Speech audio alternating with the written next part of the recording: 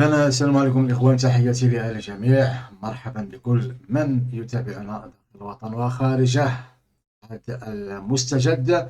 إذا المنتخب الوطني المغربي في بطولة الفوتسال ويك يتأهل إلى نصف النهائي لمواجهة سان مارينو بعد فوز كبير على منتخب اسكتلندا 12 هدف لهدف واحد. سان مارينو فاز على منتخب سويسرا. إذا المنتخب المغربي سيواجه سان مارينو يوم الجمعة بعد العصر بدولة كرواتيا المنظمة لهذه البطولة. إذا المنتخب المغربي جدد الفريق بقيادة المخضرم هشام الدكيك، تقريبا 80% من اللاعبين جدد. نعطي التشكيلة اللي كنختارها.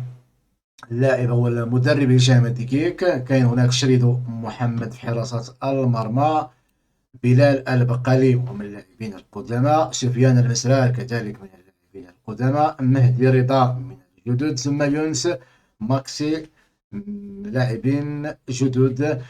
باقي اللاعبين كان بن سلام لاعب جديد، الإدريسي يعني في الفترة الأخيرة بدأ يظهر رغم أنه نعتبره لاعب من اللاعبين الجدد، ثم الشراوي لاعب جديد أيضا، سفيان بوريط من اللاعبين القدامى، إدريس رايس الفني لاعبين القدامى أيضا، الرداف من اللاعبين الجدد، ستيل الحاجبي من اللاعبين الجدد، ثم أبركان جدد أيضا، ثم اللاعب دحان.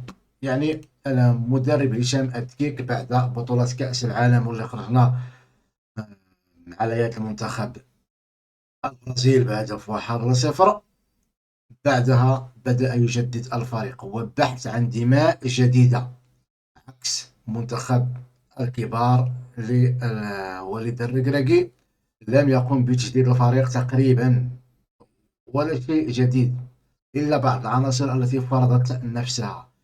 يعني بعد 4 سنوات أو 6 سنوات يجب أن يكون المنتخب قد تغير بنسبة 80% وضخ دماء جديدة بلاعبين شباب، لأن اللاعبين الشباب هم من سيقودون القافلة نحو التتويج بالألقاب. الاعتماد على لاعبين كبار في السن في كل المنافسات بعد 4 سنوات من الصعب تحقيق اللقب. إذا كان هذا هو المستجد ديال اليوم. شنو هو الرأي ديالكم في تجديد المنتخب؟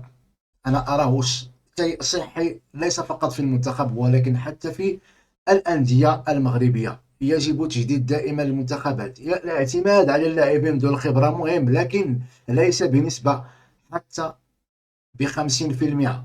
يجب أن يكون الفريق كله تقريبا 80%، 4 أو 5 لاعبين إلى 6 لاعبين ذو الخبرة يتواجدون مع الشباب لتسليمهم المشعل.